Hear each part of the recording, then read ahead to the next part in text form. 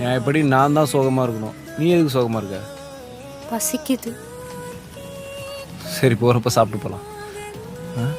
சவுக்கார்பேட்டில் சாப்பிட்ற கடையில் ரொம்ப நல்லா இருக்குமா? சவுக்கார்பேட்டிங்கிறது எவ்வளோ தூரம் தெரியுமா? ம், தூரம்தான். சரி ஓகே, இங்கே சாப்பிடலாம்.